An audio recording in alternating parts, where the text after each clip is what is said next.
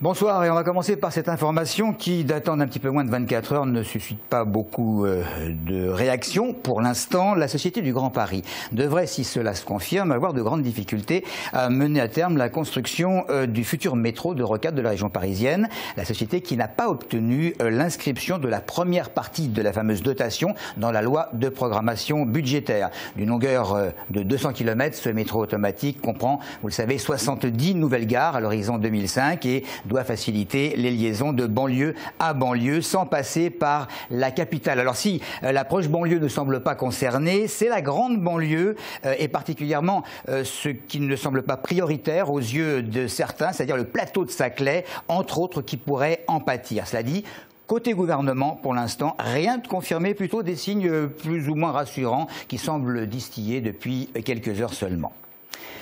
C'était ce matin, le nouveau patron de la police essonnienne a été intronisé. Il s'agit de Luc Didier Mazoyer, qui occupait ses fonctions de directeur départemental de la sécurité publique dans le Bas-Rhin. Petite cérémonie de présentation d'un grand professionnel qui succède à un autre grand professionnel, Jean-Claude Borel-Garin. Jean-Claude Borel-Garin, qui lui occupera ces mêmes fonctions dorénavant à Bordeaux. Hier après-midi, l'association AVEVI, l'association Vigilance Environnement de la Vallée de Lierre, s'est réunie avec d'autres associations luttant contre les nuisances sonores et avec une soixantaine de personnalités politiques de tous partis. Le thème de ce rassemblement, un plaidoyer pour l'allongement du couvre-feu à Paris-Orly. Claire Colombel. AVEVI relève scrupuleusement depuis 2 ans tous les horaires des avions qui décollent et atterrissent de l'aéroport d'Orly. Au total, en 2011, 235 000 appareils ont survolé le département, gênant, d'après l'association, plus de 320 000 habitants. Le matin et le soir, le bruit des moteurs est plus perçu par la population, étant donné que la ville est plus silencieuse la nuit. AVEVI, le collectif Alerte Nuisances Aériennes et l'association nationale Ville et Aéroports réclament donc l'allongement du couvre-feu. La demande que nous faisons, à savoir allonger le couvre-feu, actuellement de 23h30 le soir à 6h le matin, nous demandons 23h à 6h30. Une demi-heure de moins le soir, une demi-heure de plus le matin de sommeil. Afin d'appuyer leurs demandes, ces associations se sont regroupées hier avec des personnalités politiques de différents partis. 2 anciens ministres, Roger Gérard Schwarzenberg et Nathalie Kosciusko-Morizet, des députés et des élus locaux étaient présents pour les soutenir. Je la réclame depuis des années. Il faut bien comprendre que l'aéroport d'Orly fonctionne jusqu'à tard le soir, très tôt le matin, qu'il y a 320 000 habitants qui vivent un enfer. Alors si on peut gagner 1 heure de couvre-feu, c'est-à-dire avoir 1 heure de plus pour dormir, eh bien ce sera positif.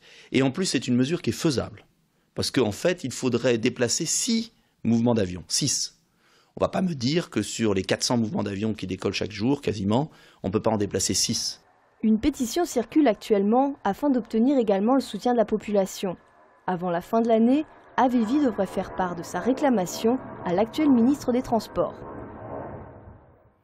Un scénario déjà vu à plusieurs reprises, celui de caravanes de gens du voyage qui s'introduisent illégalement sur un terrain. Cette fois, c'était avant-hier soir. Plusieurs dizaines de véhicules ont forcé un portail pour s'installer sur un terrain appartenant aux Galeries Lafayette. On voit ça avec Maxime Lemaine.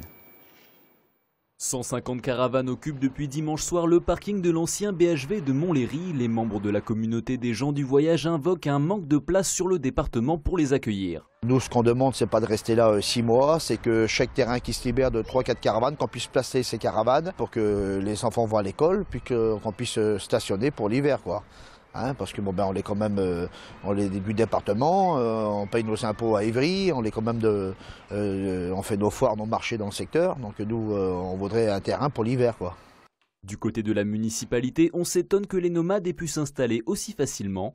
Le maire déplore d'autant plus la situation que le groupe Galeries Lafayette, propriétaire des lieux, a récemment signé une promesse de vente avec un opérateur immobilier. Le vrai risque qu'on a, c'est que cette promesse de vente risque d'être cassée par cette invasion et malheureusement c'est peut-être plus de 100 ou 200 emplois qui risquent d'être perdus et il y avait engagement du repreneur de reprendre aussi les personnels du BHV qui n'avaient pas encore retrouvé une activité. Les gens du voyage ont négocié un départ d'ici fin octobre avec les autorités. Reste à savoir s'ils trouveront des emplacements pour les accueillir. À Montlhéry, le maire l'assure, une aire d'accueil de 15 places est prévue dans le plan local d'urbanisme et devrait voir le jour prochainement. Ce matin, entre 350 et 400 agents du secteur social se sont mobilisés avec une intersyndicale devant le Conseil général, donc l'hôtel du département, pour protester contre un projet de réorganisation de services. La CGT notamment reproche une mobilisation policière. La fête de la science à présent, nous aurons l'occasion d'en reparler puisque vous le savez, du 10 au 14 octobre, le département va proposer cette année encore plus de 350 manifestations dans une quarantaine de communes pour cette 21e édition, mais depuis 24 heures, Évry 2 a anticipé en proposant, et durant 2 semaines, de célébrer les sciences. Les enfants sont bien entendu plus que bienvenus. Toutes sortes de manifestations sur place, en partenariat bien entendu avec Génopole. Cette année, on a voulu une animation qui soit pour tous les publics, tous les âges et tous les goûts. Et du coup, on a fait collaborer beaucoup d'organismes entre eux et ces expositions sont un peu le fruit de ces collaborations. Ce sont des petites animations interactives, des ateliers où ils manipulent de manière à comprendre comment fonctionne une cellule.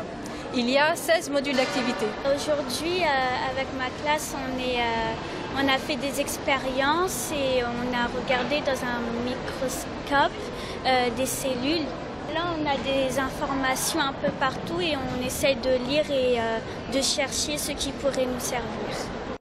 Et nous allons terminer avec de la science du jeu et des loisirs, alors que l'École nationale supérieure d'informatique pour l'industrie et l'entreprise d'Évry a lancé à la rentrée prochaine une nouvelle formation dédiée aux jeux vidéo. 5 jeunes issus de grandes écoles du département surfent déjà sur ce phénomène. Ils ont créé Multigaming, qui intéresse fortement Audrey-École, alors même qu'ils étaient étudiants dans l'Essonne. Aujourd'hui, cette plateforme permet de parier de l'argent sur leur victoire et à leurs jeux préférés.